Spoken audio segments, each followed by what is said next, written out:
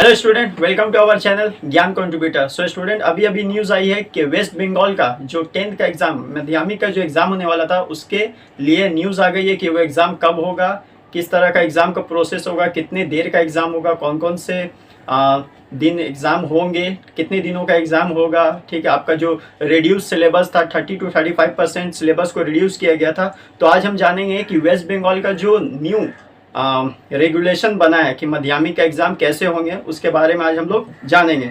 तो देखिए, ममता बनर्जी जो वेस्ट बंगाल की सीएम है, उन्होंने क्या अनाउंसमेंट किया, बोल रहा है Madhyamik exam to be held in second week of August. मतलब अगस्त के सेकेंड वीक में होने के चांसेस हैं, हो गए। ठीक है, माध्यमिक के वेस्ट बंगाल के जो एग्जाम्स हैं 10th क्लास के, वो सेकेंड वीक ऑफ अगस्त में होंगे।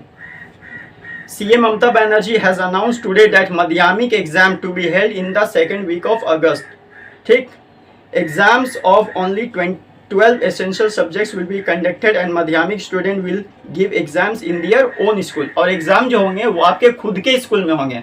पहले क्या था कि दूसरे स्कूल में जाकर, जो हमारा सेंटर जहाँ पड़ता था वहाँ पर जाकर एग्ज़ाम देना पड़ता था, लेकिन अभी ऐसा नहीं है। अभी चूंकि कोविड-19 का पेंडेमिक चल रहा है, इसलिए आपको अपने स्कूल में ही बैठकर एग्ज़ाम देने, जो आपके घर से कुछ नज़दीक भी हो सकते हैं, थोड़ी दूर भी हो सकते हैं। ठीक है, तो अपने स्कूल में बैठकर एग्ज़ाम देने, और एग्ज़ाम होगा 1.5 आवर का। The 3 hour exams will be for 1.5 hour and whole process will be done in 8 days। मतलब आपका एग्ज़ाम जो पहले 3 घंटे हुआ करता था, अब वो सिर्फ 1.5 घंटे का एग्ज़ाम होगा, और एग्ज़ाम का जो पूरा एग्ज़ाम जो होगा वो 8 दिन के अंदर ख़त्म हो जाए।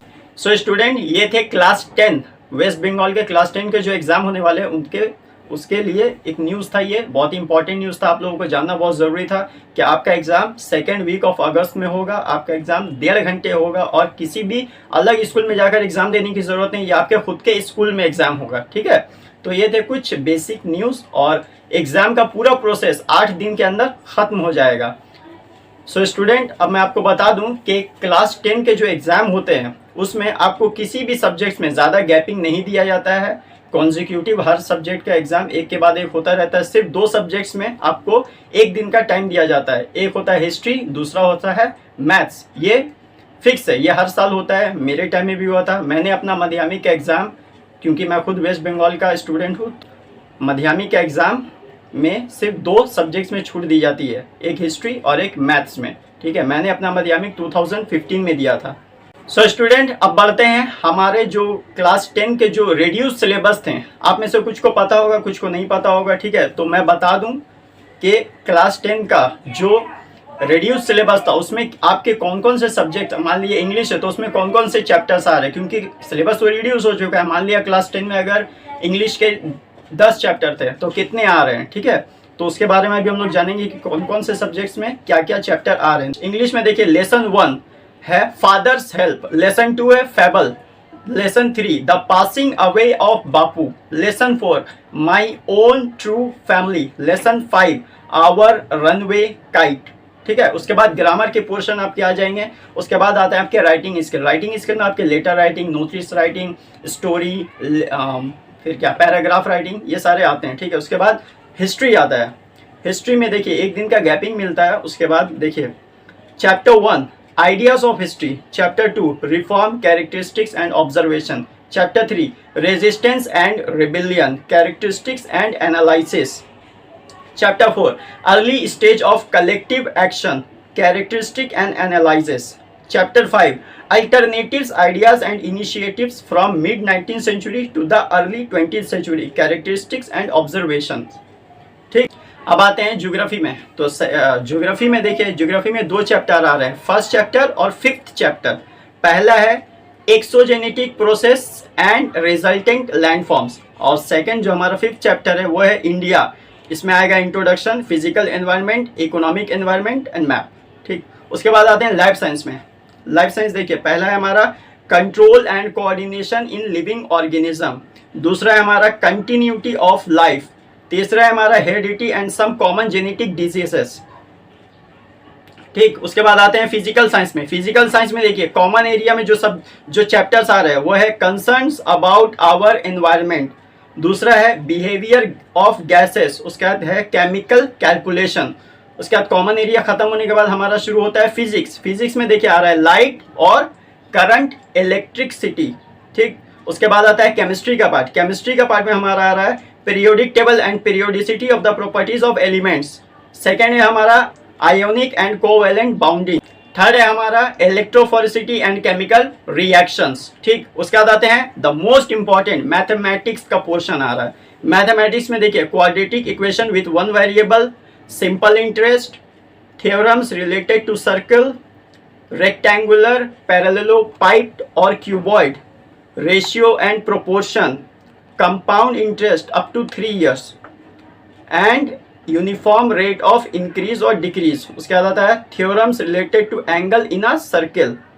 उसके बाद आता है राइट सर्कुलर सिलेंडर। उसके बाद आता है quadratic surd, theorems related to cyclic quadrilateral. उसके बाद आता है हमारा कंस्ट्रक्शन का पार्ट। कंस्ट्रक्शन में construction of circle and incircle of a triangle.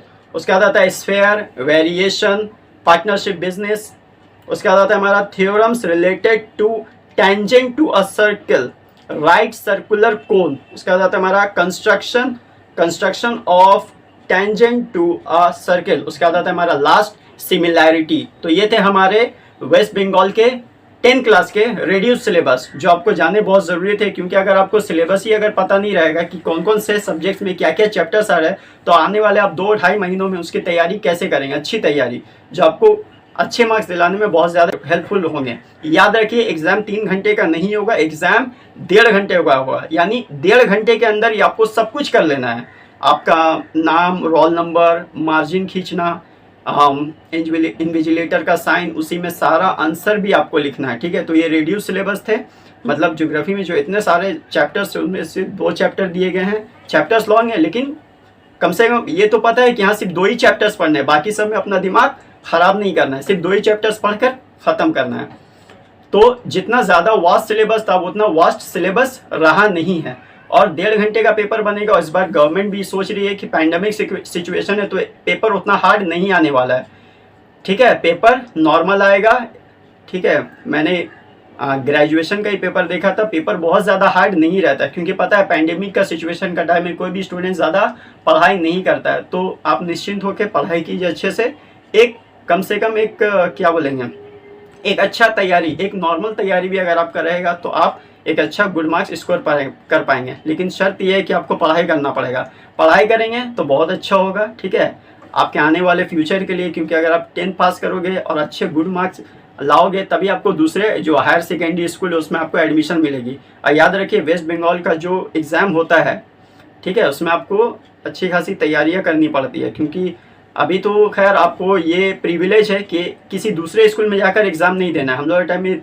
ये सब पैंडेमिक्स वगैरह नहीं थे, तो हमको दूसरे स्कूल में जाकर एग्ज़ाम देना पड़ता था, ठीक है। हम सभी को, इवन कोरोना के आने से पहले जितने भी माध्यमिक एग्ज़ाम हो सबको दूसरे स्कूल में, लेकिन आपको ये प्रिविलेज है कि आपको अपने ही स्कूल में बैठकर एग्ज़ाम देना है, वो भी सिर्फ और सिर्फ 1.5 घंटे का एग्ज़ाम है। तो मेरे ख्याल से बहुत ज़्यादा टेंशन वाली बात नहीं है, अपने आराम से आप पढ़ाई कीजिए और आराम से जाके अपने ही स्कूल में, क्योंकि आप अपने स्कूल में क्या बोलेंगे, फ्री है, आप वहाँ पे सब कुछ जानते हैं, कौन सर कैसा है, वहाँ का फैकल्टी, ठीक है। तो फैकल्टी से आप वाकिफ़ हो तो आपके लिए बहुत इजी रहता है किसी भी स्कूल में एग्ज़ाम देना। किसी दूसरे स्कूल में जाकर एग्ज़ाम देना थोड़ा सा टेंशन का होता है कि पता नहीं कौन सा सर कैसा है, किस सर माइंडसेट कैसा है, ठीक है। तो आप इस बात को अच्छी तरीके से समझ लिए, and best of luck for your exam. तो ये एक इन्फॉर्मेशनल वीडियो थी, जितने भी वेस्ट बंगाल के क्लास 10 के स्टूडेंट है, ठीक है। तो अगर आपको मेरी वीडियो से ज़रा सा भी अगर इन्फॉर्मेशन मिला हो, ठीक है, मोटिवेशन मिला हो, कुछ अच्छा जानने को मिला हो, तो हमारे इस वीडियो को लाइक कीजिए, सब्सक्राइब कीजिए, अपने दोस्तों के साथ शेयर कीजिए। हम हमारे इस चैनल पर स्टडी से रिलेटेड टिप्स एंड ट्रिक्स और वीडियोस लाते रहते हैं, जो आपको नई नई चीज़ें सीखने में, अपने सब्जेक्ट को समझने में, क्योंकि बहुत सारे स्टूडेंट अपनी पढ़ाई का ज़्यादा खर्चा नहीं उठा सकते हैं, ठीक है। तो बहुत सारे आज यूट्यूब इतना बड़ा प्लेटफॉर्म है कि इसमें सारे स्टूडेंट्स आज फ्री में पढ़ाई कर पाते हैं, क्योंकि उनकी फाइनेंशियल कंडीशन उतनी अच्छी नहीं होती उनके पेरेंट्स की, कि वो अपने बच्चों को एक प्राइवेट ट्यूशन दे पाए, लाइक 2000, 2500, 3000 रुपये महीने का, ठीक है। तो आप यहाँ पर अच्छे से हर एक सब्जेक्ट को चैप्टर वाइज अच्छे से समझ सकते हैं। क्योंकि देखिए डिजिटल लर्निंग की बात अलग होती है, आप एक किताब से पढ़ रहे हो वो बात अच्छी है, लेकिन डिजिटल लर्निंग आपके सीधा दिमाग में रजिस्टर्ड हो जाती है, ठीक है। तो आप हमारे इस चैनल को सब्सक्राइब कर लीजिए, ताकि आपको हमारे आने वाली हर वीडियो आप तक सबसे पहले पहुंचते रहे। Thank you for watching this video.